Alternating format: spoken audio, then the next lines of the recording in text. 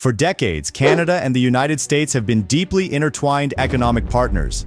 Every year, hundreds of billions of dollars in goods and services flow across the border, making the US Canada's largest and most crucial trade partner. But in recent years, this relationship has started to shift. With rising protectionism, tariffs, and diplomatic tensions, Canada is exploring new trade options, and two major players are stepping up: the European Union and the United Kingdom. Some policymakers and trade experts believe that strengthening these ties could reduce Canada's dependence on the US and provide more stability in the long run. But is it really possible for Canada to pivot away from the United States? Could a CANZUK trade bloc, uniting Canada, the UK, Australia, and New Zealand, be a viable alternative?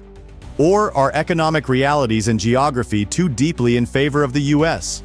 In this video, we're breaking down Canada's evolving trade strategy, the risks and rewards of diversifying its markets, and what it means for Canada's future. Let's dive in. The fractured US-Canada trade relationship. To understand why Canada is exploring new trade partners, we have to look at the growing tensions between Ottawa and Washington. For decades, Canada's economy has been heavily tied to the US. About 75% of Canadian exports head south across the border. But in recent years, trade frictions have reached new heights. The problem started under former President Donald Trump, who imposed steep tariffs on Canadian steel and aluminum in 2018, citing national security concerns. The move was widely criticized and led to retaliatory tariffs from Canada. Even after Trump left office, tensions remained. The USMCA trade deal, which replaced NAFTA, was hard-fought and often hostile, with the US pushing aggressively for stricter rules on auto manufacturing, dairy, and intellectual property. Under President Joe Biden, Canada hoped for smoother relations. But new challenges emerged, like Buy American policies, which prioritize US companies for government contracts, shutting out Canadian businesses. Disputes over softwood lumber, dairy imports, and energy projects continue to strain relations. Many Canadian businesses and policymakers now feel that the US is an unpredictable and unreliable trade partner. They argue that diversifying trade markets, especially with Europe and the UK, could protect Canada from future economic shocks. So, what are Canada's alternatives? Let's look at the European Union and the United Kingdom, two trade partners that could play a growing role in Canada's future. The EU and UK as alternative trade partners. If Canada is looking for alternatives to the US, two of the most promising options are the European Union and the United Kingdom. Trade between Canada and the EU has grown significantly since the Comprehensive Economic and Trade Agreement, or CETA, came into effect in 2017. In fact, since 2017, the deal's implementation, trade between the two has increased by nearly 30%, with Canada gaining duty-free or low-tariff access to one of the world's largest markets. But CETA hasn't been without its challenges. Some EU member states have been slow to ratify the agreement, raising concerns over corporate dispute mechanisms and agricultural standards. While the overall trade relationship is strong, some political roadblocks remain. Then there's the United Kingdom. Canada and the UK have always been close trade partners, but Brexit complicated things. When the UK left the EU, Canada risked losing preferential trade access. To prevent this, both countries signed a trade continuity agreement, preserving tariff-free trade while they negotiate a new, long-term free trade deal. This new agreement is still in the works, but if completed, it could further strengthen Canada-UK trade relations. Unlike the US, the UK and EU don't impose aggressive protectionist measures, making them attractive partners for Canadian exporters. But there are still challenges. The UK's economy is heavily dependent on services, while Canada's is more focused on resources and manufacturing. The geographical distance also increases transportation costs. Still, for many Canadian policymakers, the potential benefits outweigh the drawbacks. Stronger ties with Europe and the UK could create a more stable, diversified trade portfolio, reducing dependence on the unpredictable US. But could Canada go even further? Some believe that a new trade bloc, one that extends beyond just Europe, could be the answer.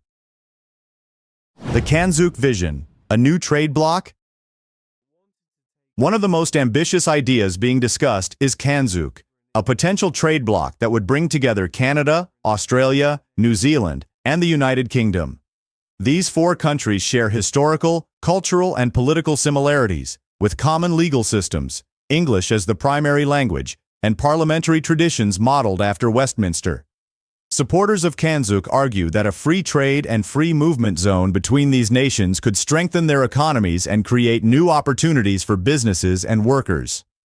The idea has gained traction among some politicians, particularly in the UK and Canada. Proponents envision a bloc with no customs barriers, easier immigration policies, and even deeper cooperation on defense and foreign policy. A combined CANZUK market would have around 130 million people and a GDP of over $6 trillion, larger than France or India. Supporters argue that this would make it a formidable economic force. But critics say the idea is easier said than done. Geography is one of the biggest challenges. Canada and the UK are separated by the Atlantic, while Australia and New Zealand are deeply integrated with Asia-Pacific markets. Their economic structures also vary, with Australia and Canada heavily reliant on resource exports, while the UK and New Zealand focus more on finance and agriculture. Then there's the issue of immigration. While free movement might sound great in theory, each country has different immigration priorities. Australia and New Zealand, for example, have been tightening their policies, making it unclear how a CANZUK free movement system would actually work. Still, the concept remains popular among trade advocates and some policymakers. While a full-blown economic union may not be realistic in the short term, we could see gradual steps toward deeper trade integration. But even if Canada strengthens ties with the UK, Australia, and New Zealand, can it ever fully replace the United States as its main economic partner? The reality check: can Canada truly shift away from the US? At the end of the day, no matter how much Canada explores trade diversification, the reality is that the United States will remain its largest and most important trade partner. The two countries share a 9,000-kilometer border, one of the longest in the world. Supply chains between Canada and the US are deeply integrated, especially in automobiles, energy, and agriculture. The sheer volume of trade, combined with geographic proximity, makes it nearly impossible for Canada to simply walk away. Take the energy sector, for example. The US is by far the largest buyer of Canadian oil and gas, a trade relationship worth tens of billions of dollars annually. While Europe and the UK have been moving towards renewable energy and low-carbon policies, the US remains Canada's primary market for fossil fuels. Shifting away from that reliance won't be easy. Even in manufacturing, industries like automobile production are designed around North American supply chains, particularly under the USMCA trade agreement. This makes deep integration with the US a necessity, at least for now. So, while Canada is actively seeking Plan B and Plan C trade options, a complete break from the United States is not realistic. Instead, what we're seeing is a strategy of gradual diversification, strengthening ties with the EU, UK, and Asia-Pacific, while still maintaining its core trade relationship with the US. The question now is, how far will Canada go in shifting its economic focus? Will it embrace a new trade bloc like CANZUK? Or will the economic pull of the US keep it firmly anchored in North America? The path forward: diversification without abandoning the US. So, where does Canada go from here? While a full-scale trade shift away from the US is unlikely, the country is clearly laying the groundwork for diversification. Canada already has 15 free trade agreements covering 51 different countries, giving it access to 2/3 of global GDP. The European Union and the United Kingdom are key pillars of this strategy, but Canada is also looking beyond the Atlantic. In the Asia-Pacific region, Canada is part of the CPTPP trade bloc, alongside Japan, South Korea, and ASEAN nations. These markets represent some of the fastest-growing economies in the world and could offer Canada new export opportunities. Meanwhile, negotiations for a Canada-UK free trade deal continue, potentially deepening trade relations even further. Rather than choosing one market over another, Canada is following a multi-pronged strategy, maintaining its deep ties with the US while expanding its reach into Europe, Asia, and the Commonwealth. The message is clear. Canada wants options.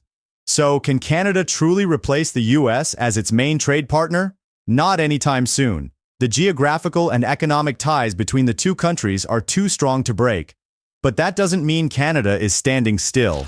By strengthening ties with Europe, the UK, and Asia Pacific, it's creating a safety net, a way to reduce reliance on the US and insulate itself from trade disputes and protectionism.